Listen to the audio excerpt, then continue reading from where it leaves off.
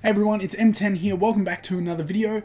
Before I jump in, I just want to say I'm almost at 80,000 subscribers, which is absolutely awesome. But over 90% of my viewers aren't actually subscribed. So if you enjoy this video and you want to see more content like this and support the channel, please consider smashing that subscribe button to help me reach 80,000 subscribers. Thank you so much. I'll jump into the video now. Hello everyone, what's going on? It is MTEN here. Welcome back to another Terraria 1.4 tutorial, and this is a beginner tutorial for all the new players out there that are learning to play Terraria for the first time. I was inspired to make this video because I was trying to teach one of my mates how to play the game yesterday, and I realized there's quite a steep learning curve. So this tutorial will be fantastic for players that are new to the game. However, if you are a veteran of the game and you know a decent amount, please stick around and maybe you can help out other players by sharing your tips in the comment section down below. So we're going to go through how the game works, what to do when you hop into the game for the first time, and generally how it's all set up, how to progress at the start of the game, etc, etc. So let's jump into it. The first thing you're going to want to do is create a single player character, and you do that by pressing single player, then creating a character, new character, that's what I'm going to call mine, and we're going to make our character on classic mode because that is the original Terraria. Character mode means your player will drop coins on death but not items, and I'm just gonna, you can customize your character if you want, I'm just going to leave him like that. Up next we are going to create a new world for this character. And we're going to keep the world in classic mode as well because this is for new players. So you can change the name of the world. I'm going to make my world size medium. You can enter whatever name you want for the world. However, you can pick random seeds. I'm sure if you look on the wiki, there are various seeds you can choose to use. Now, in regards to choosing the world evil, you can either choose corruption or crimson. And these biomes are sort of twin biomes. They're fairly balanced. You can only have either corruption or crimson in a world, and they each have their own respective boss. Each set of items that you can get specifically to this biome will have an equivalent in the other type of biome, so you aren't missing out on any progression by picking one or the other. There we go. Alright, so we're loading up the world now, and we can see we have spawned in. Now this biome here is called the forest biome. It is the safest out of all the biomes. You can see we have different types of trees here, and we have our first enemy, the green slime. So there are two different types of creatures that you will find in Terraria. You will find harmful enemies such as this slime, and you will find friendly enemies such as this bunny. Bunnies will not hurt you, but if you get hit by a slime, they will. See there, I took damage. Your inventory is toggled to escape as a default. And we can see we have several slots to where items such as this gel from the slime will fall into. We also have coin slots and we have ammo slots. Up here, these are our three starting items. We have the copper short sword, the copper pickaxe, and the copper axe. The sword is used for attacking, but it's renowned to be one of the worst weapons in the game. So you may not even need to use it, but keep it because it's a material. Then we have the large copper pickaxe. This is used for mining blocks, as we can see here.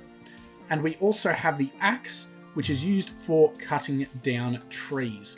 So I'm just going to cut down this tree here. There we go.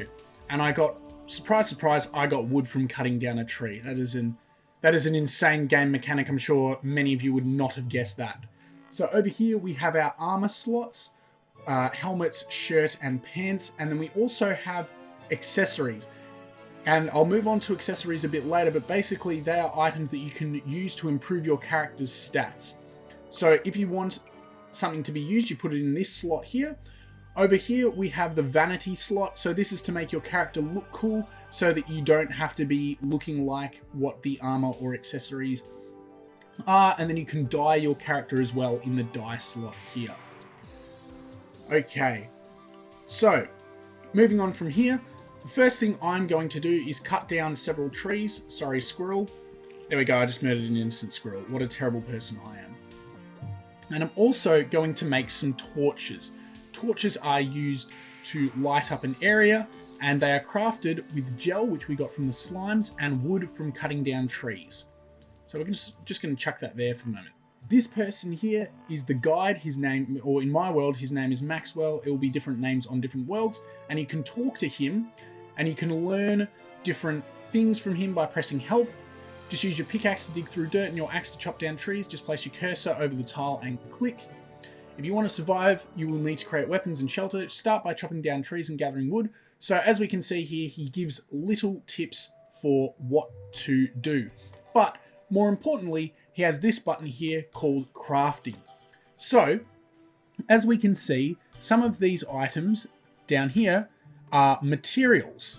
And if something is a material, it means it can be used to craft something else.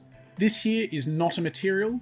This is. So what we're going to do is we're going to place a material in the crafting slot, and the guide will show us all the things we can make with that material. So for example, we can make a fireplace using wood, but we need several other materials to do that. So we can see everything we need. Over here, you have your crafting menu, and basically when you want to craft an item and you can't have the materials to craft it, it will appear in this slot here, but sometimes you'll need specific crafting stations to be able to craft an item. Alright, so the next thing I'm going to do is get some stone. Stone isn't actually used for tools or anything like that as an upgrade from wood like it is in, say, Minecraft.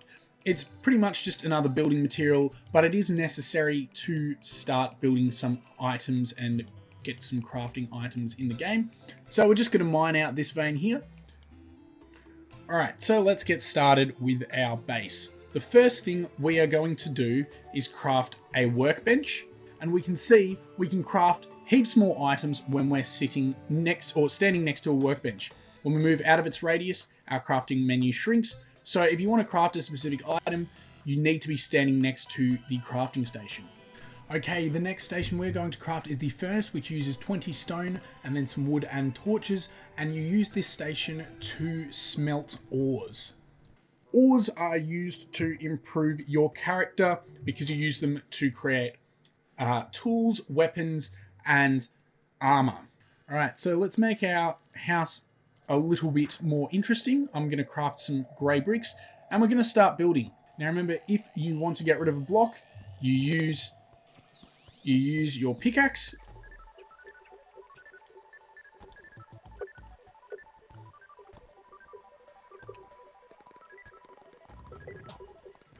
Alright, so the next thing I'm going to do is place down some doors, because currently I can't move past these blocks, but what I can do to move past these blocks is place down doors, and you can walk through doors.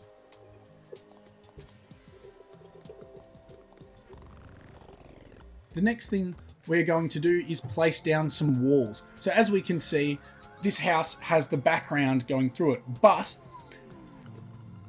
this is not considered a functional house at the moment. If you want to check if something is considered a functional house, you go to this housing button and press. It says this room is missing a wall, so we're going to need to place down some walls. As we can see here, we can craft any wall from the equivalent block. So we're going to get some grey brick walls, and we're going to place them down here.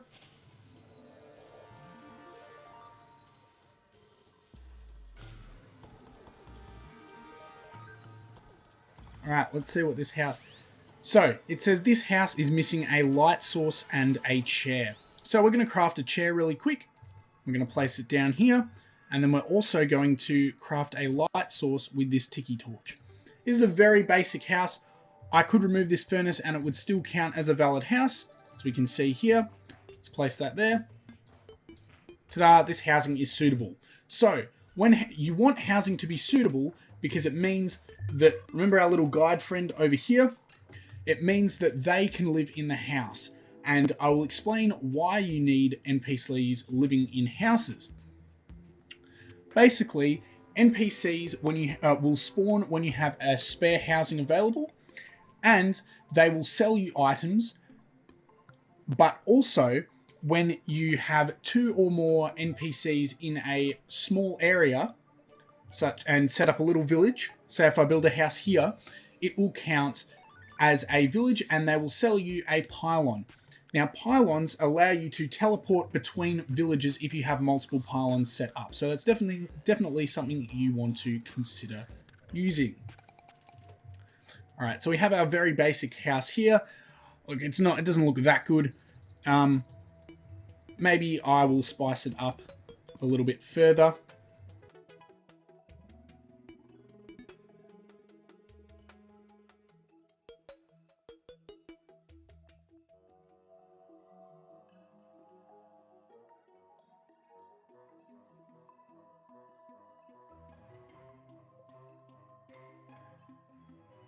So as we can see here, it is now nighttime, and that means that enemies such as zombies are going to spawn. So that's why you need a door, because doors are currently blocking the zombies from entering the house. If I open the door, there we go, they can now enter, and I have to kill them. Alright, so we can now see that the guide is available to move into the house. There we go. Okay, so the next block I'm going to show you is a wooden platform. Now this is a very special type of block, because if I place it down, as we can see here, I can jump up onto it and it doesn't block me. I can also fall through it by pressing the S button. So it's, if you want to create boss arenas or something like that, it is definitely something you should use. It also means that you can jump up onto a platform without having to fall down. And you craft a platform with just a single block will craft 2, so we can see that 1 wood crafts 2 wooden platforms.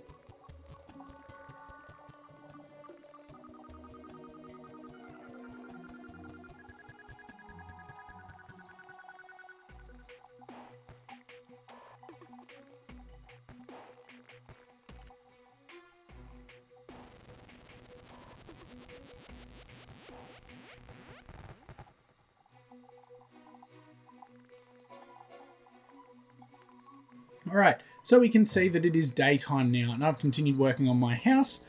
Now I'm going to show you what the hammer does. So, as with a pickaxe you can remove blocks, with a hammer you use it to remove walls. But that's not all a hammer does. So, hammers can actually adjust blocks. When you hammer a block, you can change it to become a different shape, such as a half block. Now the reason why I've set up 2 houses is that I want another NPC to move in here if the timing, or if I have the appropriate requirements. The easiest NPC to get is the merchant, and you can get him by having, I think it's 1 gold in your inventory. So when the merchant arrives, he will be able to sell me items, and hopefully if he's happy enough, he'll be able to sell me a pylon. Alright, but now that we have that set up, let's go explore. Alright, so just to the right of the spawn, I can see that we have a cave. Now, let's use a torch to shine light in an area. We can also smash pots to get items, so we can see we got some rope and some torches there.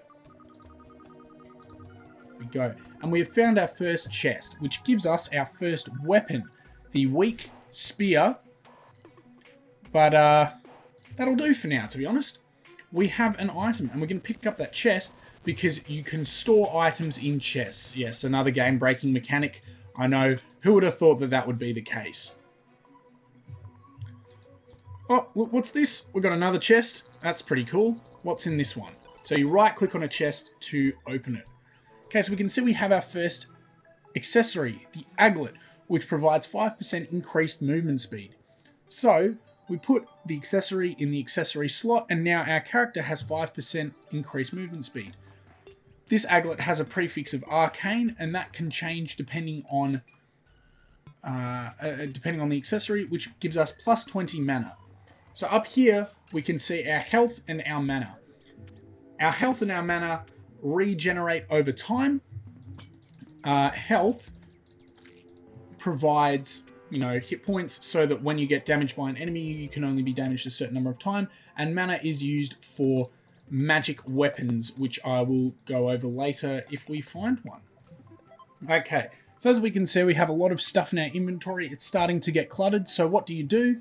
You can throw items in the bin to get rid of them. You can throw an infinite number of items in the bin because it's just annoying having all this stuff in our inventory. This is a rare occurrence. We just got a coin portal, and that means that we now have a large amount of gold coins, which means we can buy stuff from the merchant, which is very useful. Alright, so now that we have our chests back at the base, we can put items in them, and we can see that we also have the merchant NPC that has arrived. Okay, he's hiding down there.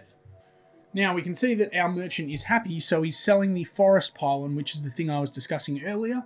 But some other important things you buy from the merchant is the piggy bank, which lets you store coins, and the bug net. Now this is the most important thing that you buy from the merchant, because it means you can catch bugs and you can go fishing with those bugs. So the bug net is used to capture critters such as the bunny, or this, nope, not that bird, it's running away. What you can do is break rocks, and you can see a worm flew out there, and you catch that with the worm. Yeah, sorry, you catch the worm with the bug net. We can see that the worm has 25% bait power, which means it is used as bait for fishing. The next thing we're going to do is try and mine some ore. So in each world there is 4 tiers of early game ore. The lowest tier is tin and copper, the second tier is iron and lead, the third tier is silver and tungsten, the fourth tier is gold and platinum. You will only receive one of each tier of ore in a world, and they both are equivalent to each other. They both provide similar stats on weapons and armor crafted, and if a weapon requires one of a type of ore, for example iron, if there is no iron in that world, it will require lead, and all recipes are equivalent to one another. And here we have our first underground chest. Now this is, oh, we also have a lot of lead.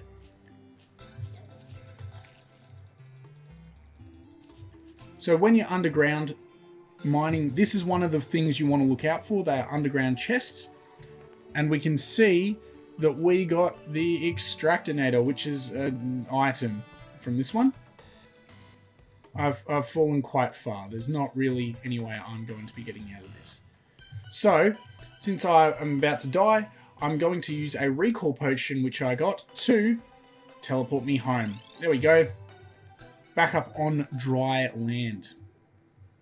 So, now that we have some coins in our inventory, let's go and buy this pylon. Woo! So I'm just going to place this pylon here. And what it does is, if I had another town set up, maybe underground, I'd be able to teleport to that underground town if I had an underground pylon set up. So you need 2 of it to work, but it's a very useful tool. Alright, so from here we have lead. As we can see, let's make some lead bars. 18 lead bars, and the first thing you want to make when you have lead is an anvil, because it means you can craft items from those lead bars. So we can upgrade our pickaxe, craft a better sword, craft a bow, craft more workbenches to help us craft more items. The first weapon I'm going to actually make, though, doesn't require lead, and it's a yo-yo, and you craft this with 20 cobwebs and any wood. So let's make this weapon. We can see, let's have a look at this. I've hit it on the wrong side. There we go. Oh. Go away, zombie. There we go. Nailed it. Perfect. Absolutely destroyed that zombie. Alright, the next thing I'm going to do is craft...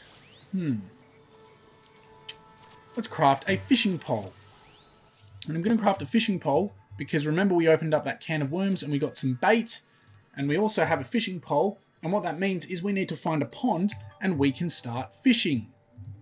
Fishing allows us to get special items. So it's a nice relaxing way to get into the game. There we go. Remember how we found that chandelier underground? And now we have it as a light source in the house. We also have a new gold chest, so we're going to place that down there.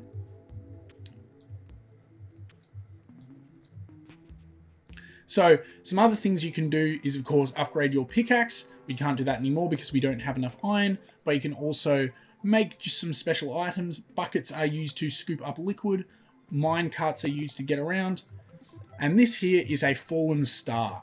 So, let's have a look at what we can use fallen stars for. Now, there's clearly a lot of items here, but the most important one here is this mana crystal. Mana crystals permanently increase your mana by 20. So if you have 3 fallen stars, definitely make a mana crystal out of them. Alright, now that we have 3 stars, we can create a mana crystal and have a look at when I use this. We get more mana for our character. How awesome. Alright, so we've made our little crafting zone up here now. Just going to remove this and fix up the house a little bit. We've got our main crafting stations, but I think it's time we make some more. So, first thing we're going to do is craft some chains, and we can create a sawmill. Go. And then from there, we're going to make a loom. Now, a loom is important because we need a loom to make a bed. Let's place down this loom here, and we can craft silk. We can make a bed with 15 wood and 5 silk. So why would I make a bed? Well, I can set my spawn point there, or if it's nighttime, I can sleep and it makes time go faster. But I'm not going to do that because I don't need to do that for the moment. Okay, so now you have your little base set up. You have all the main crafting stations set up. You have a pylon set up. You've got a weapon. You've got a fishing rod. You've got a potion of return. You've got your first accessory, and you've got your weapons. Now, what you can do is you can explore the world and try and upgrade your gear to get better items.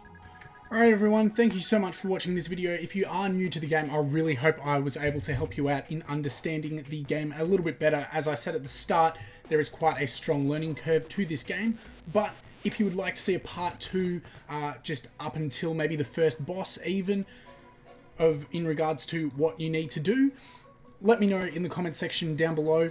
If this video gets 2,000 likes, I will make a part 2 because it means that there is a lot of people that would want to see content like this. At the time of recording, we are almost at 80,000 subscribers, so if you could please subscribe, I would greatly appreciate it. It's a super easy, free way to support the channel. Anyway, thank you so much for watching everyone. Leave a like, comment, turn on that notification button, subscribe, and I will see you all next time. Thank you so much. Goodbye.